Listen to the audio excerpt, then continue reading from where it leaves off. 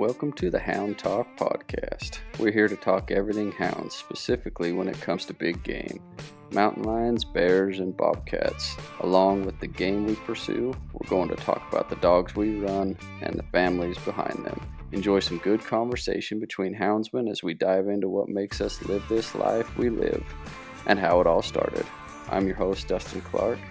This podcast is sponsored by Cold Strike, a houndsman-owned business that was built by a family for families. Now let's get into it.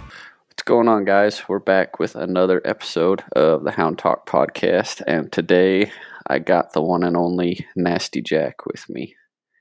I talked to Jack into doing a podcast with me. We're going to talk a little bit about the meeting that we went to. It's been a little bit ago with the Arizona Game and Fish Commission, and then we'll talk a little hunting. So, Jack, we went to the commission meeting to talk about the petition that some people have brought forth to potentially ban the use of hunting dogs, hounds, pack dogs, stuff in Arizona. And when we got there, I asked you if you wanted to get up and speak, and you decided to. What do you think? You want to tell me about that a little bit? So you got up and spoke. How, was that scary? Yeah, a little bit. It was pretty scary. Just nervous getting up in front of people, huh? Yeah. Yeah. Can you remember what you got up and said? Said something like it's what they were born to do, and that we shouldn't ban it in here just so. Wait, no. And I said we shouldn't ban it here because we want to stay close but still be able to hunt hounds or something like that. Yep, you did. It was short and sweet, but the commissioners liked it, and hopefully everybody that showed up when they did the first time, made a difference. We'll see if it gets farther than just a petition. But anyways, it was good to see a lot of people show up. There was 10 kids, I think, that got up and spoke. You and Chloe, and then a couple of Chris's kids, and Ryan Ingham's kids. They all got up and spoke. It was good. So anyways, it was just, it was good to see the youth come out and speak up for that. I think it made a big difference, especially in the Fish and Game Commissioner's eyes. But anyways, now that we're past that, let's talk hunting. You, out of all 4 of my kids, have been hunting with me the most, by far. Very rarely do I go bear hunting without you. Lion hunting, not so much, but you've seen a few. Do you have a favorite time, like a favorite bear or lion that we've caught that you can remember? We've been to a lot. You've seen a few lions, but you've seen a lot of bears. What can you remember? Any bear hunt that was your favorite? That was just a good time. Favorite? Or just a fun one. Don't think too hard. Yeah, favorite? I don't think I could pull that, but fun one. What's a fun one? That one was funny when we had all the dog boxes. All the dogs on the dog box. We were driving on the road. I think we might have been in Beaver, not 100% sure though. Mm-hmm. And none of the dogs rigged it. And then there was just that small cub up in the tree. You're talking... Yeah. The cub. I don't know what one you're talking about that was up in the tree. Yeah. I think Mom spotted it. Oh, you're talking about the very first bear you saw. So we did rig it, remember? We rigged it up the road farther, and the dogs only trailed alongside the road for 200 yards. And then they kind of hit treed, but they weren't locked on one tree. I think there was just so much scent in there they couldn't quite figure it out, and so I couldn't see it. I got frustrated and mad. And we loaded all the dogs back up, and then the dogs on top of the box finally could see the bear, and that's when your mom saw it. Is that the one you're talking about? Yeah. Yeah, that was the very first bear you saw. That's been a long time ago. What about you got a different one you want to talk about? How about the day we killed Ren's bear? Can you remember that? Oh yeah, so we went down some sort of road, but No, it you was got to start at the first. Do you remember how we started that bear? You probably don't. You were too busy playing with cow pies and throwing stuff at Kason and Chad. So remember we went down to that pond after we didn't find any tracks. We sent oh yeah, Caden and Ren took a few dogs and went for a walk, remember? yeah. Then what happened? I think they came back and They saw a bear, remember? yeah. They So saw then they saw what they thought was a red bear that was kind of yeah, it was smaller.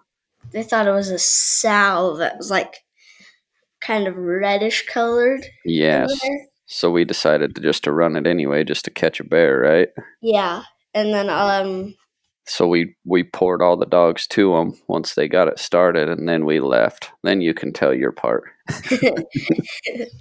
and then we went down like dark canyon or something. I'm not sure. We went down in that dark canyon road, which was made for side by sides, but we took a full size Tundra down it, huh? Yeah, that was yeah.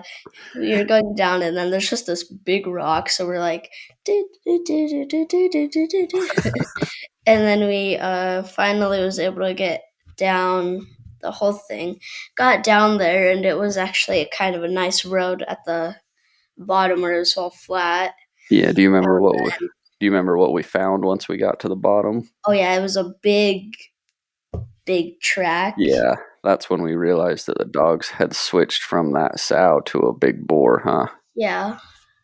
So then a little while after that, after running the bear, uh, we They they tried hiking into it, right? The dogs had it bayed, and once they got close, I think he winded them, and it was just in some rough, nasty, ledgy stuff. So yeah the bear just kept staying away from us when we tried to get in and get it on the ground, huh? yeah, and then eventually we went back up top, I think, and we were driving, You and don't there's want to you want to tell the story about going back up that? no So wait, well, so we realized the dogs were coming out on top and that they were headed towards a road, but we didn't want them to get across the road or we didn't want them to dive back down into a canyon. So we had to kind of go what Jack calls bear speed up this road that is a rough road. So I was driving up this road that you probably should go 5 miles an hour up, and I was probably going 15 to 20. Jack's in the back seat, bouncing everywhere. His face starts going green. He says, "Dad, I think I'm gonna puke." So we pulled him up in the front seat real quick, and we kept going. Right. yeah, Um, After that, we drove out to a point where the dogs were coming underneath us, and that's when a few dogs that had fallen out, I had picked back up again because I think at that point we still only had like 3 or 4 dogs on this bear. So that's when I left you in the truck, huh, and ran down in to try and feed some dogs to it to see if we could get him stopped again. yeah, Right? yeah, Yep. And then when I did that, I forgot to take my radio. So I couldn't talk to Jack and I couldn't talk to the other guys that were coming up behind us and Ren was in that truck, so I couldn't talk to the guy that had the tag. So anyways, I ran down. I could see dogs working this bear decent, and if I would have had, the kid with the tag with me, we could have got it done right there, but they were still hiking back to their truck down in the bottom when me and Jack left, right? So I went down and fed these dogs in, and then they came up and met Jack. And what did you tell them? Can you remember when they met you and I was gone? uh, no, No, I don't. pretty sure it was my dad took dogs down into the bear. You better go kill it. Is what I got told.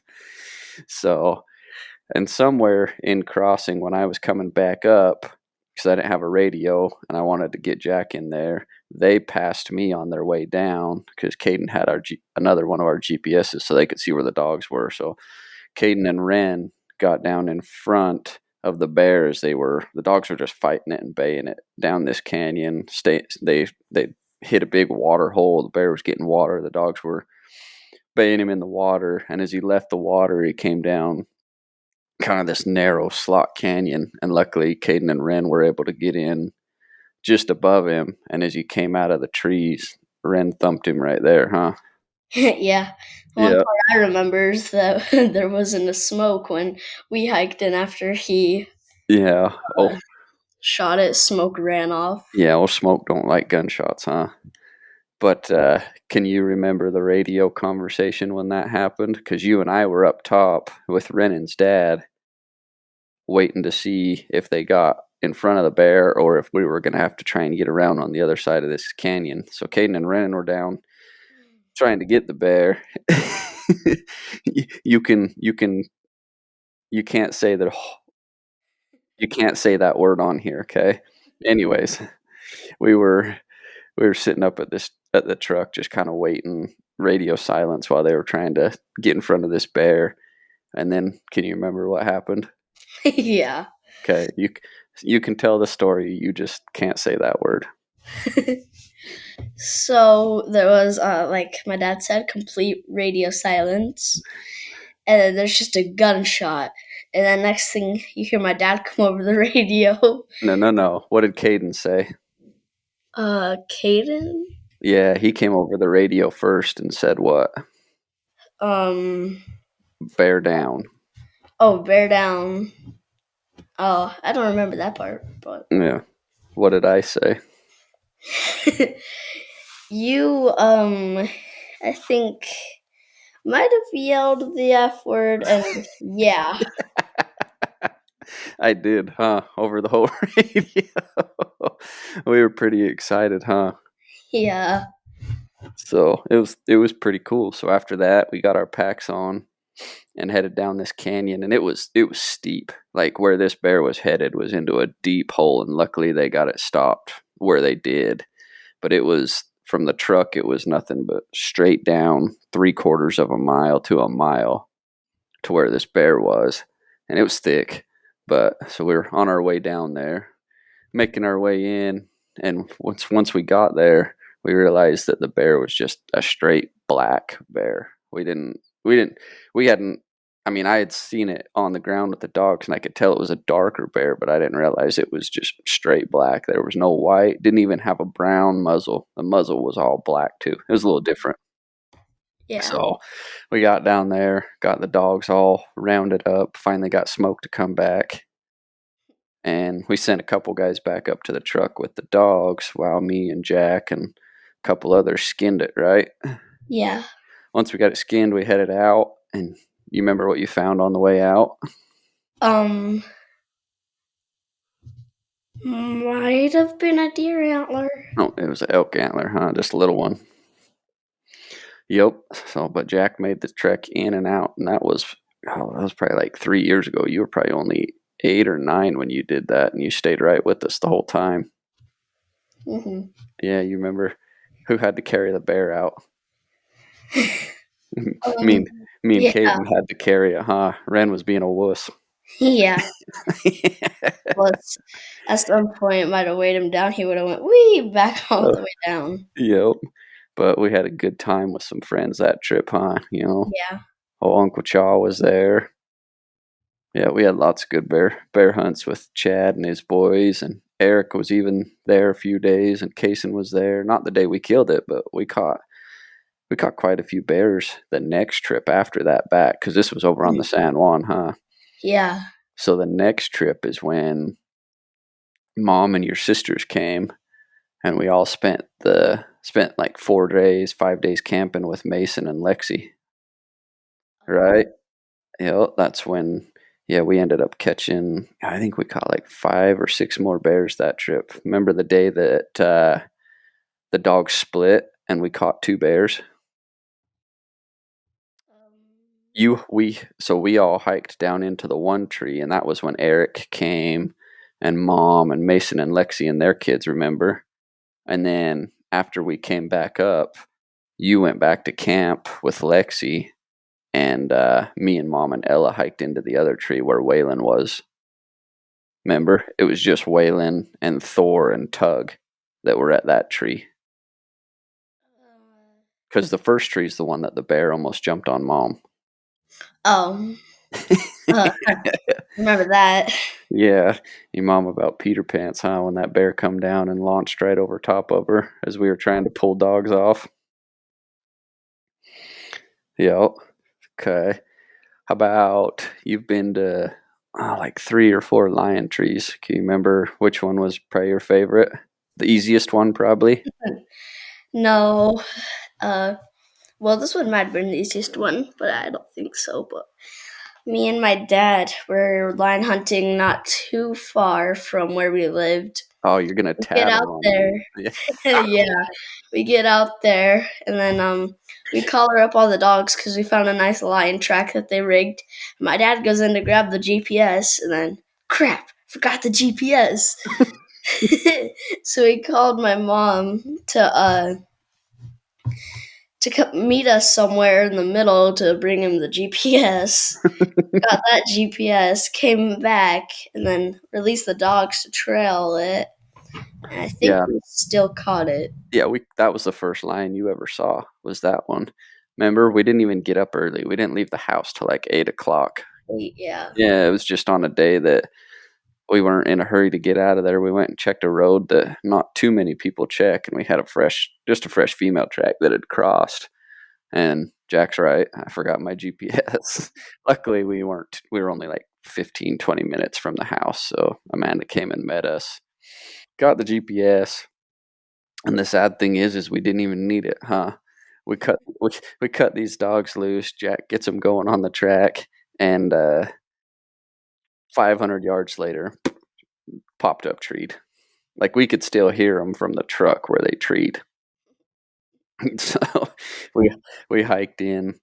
Um, Jack got to see his first lion. She bailed on us once. They caught her again, and then we took a bunch of pictures there and left it there. But that was a pretty quick and easy one, huh? Yeah. Another lion story that was a super long hike that I still liked though. That was a rough day, huh? Yeah. Uh That was with your uncle Brian and Jackson, right? yeah, and his friend and Jackson's friend Trevor. Trevin. Yep. Yeah, we had started. We went up over this pretty decent range, found a track on the other side, and we were looking for a tom, but we just hadn't had luck. And these guys wanted to see a lion, so I told them, "It's a female. We can go catch it, and well, see if we can catch it." And we started it. Dropped dogs down it. It was kind of slow going at first, right? Then they heated it up, and then once they got it going, I could tell they had it jumped, and I mean it was off to the races for a minute. She gave them a good run, and they finally got it treed. I think it took them like an hour or 2 hours, and they got it treed, right? Yeah. Then what happened? And then I think we drove down this small road that kind of branches going in. We drove down there, parked the truck, hiked up a little bit, and then we took like I think like 4 breaks just going up the one So, side. so as the crow flies, when we left the truck, it was 1.2 miles to the tree, huh? Yeah, Yeah. I can remember, and it was snow. It was deeper snow. In some places it was a foot, a little over a foot deep. Yeah. And we on the breaks I kept sitting down. And my dad told me stop sitting down because then getting up just wastes more energy. So then on the next break we take, there's just a branch that's just sticking out about my height, and I just go sit down on that branch. You did, So we finally got to where we could hear the dog's treat. She had went just up over this big ridge, and on the backside was just this crappy, shitty shell rock canyon with nothing but cedar trees and ledges, right? So we got close to the first tree, and I was the only one that saw her. She bailed as soon as she saw me, right? Yeah. So, and instead of going back towards the truck, she kept going farther. And I think we put her in, what was it? Like I saw her every time. Did you see her in the other trees or did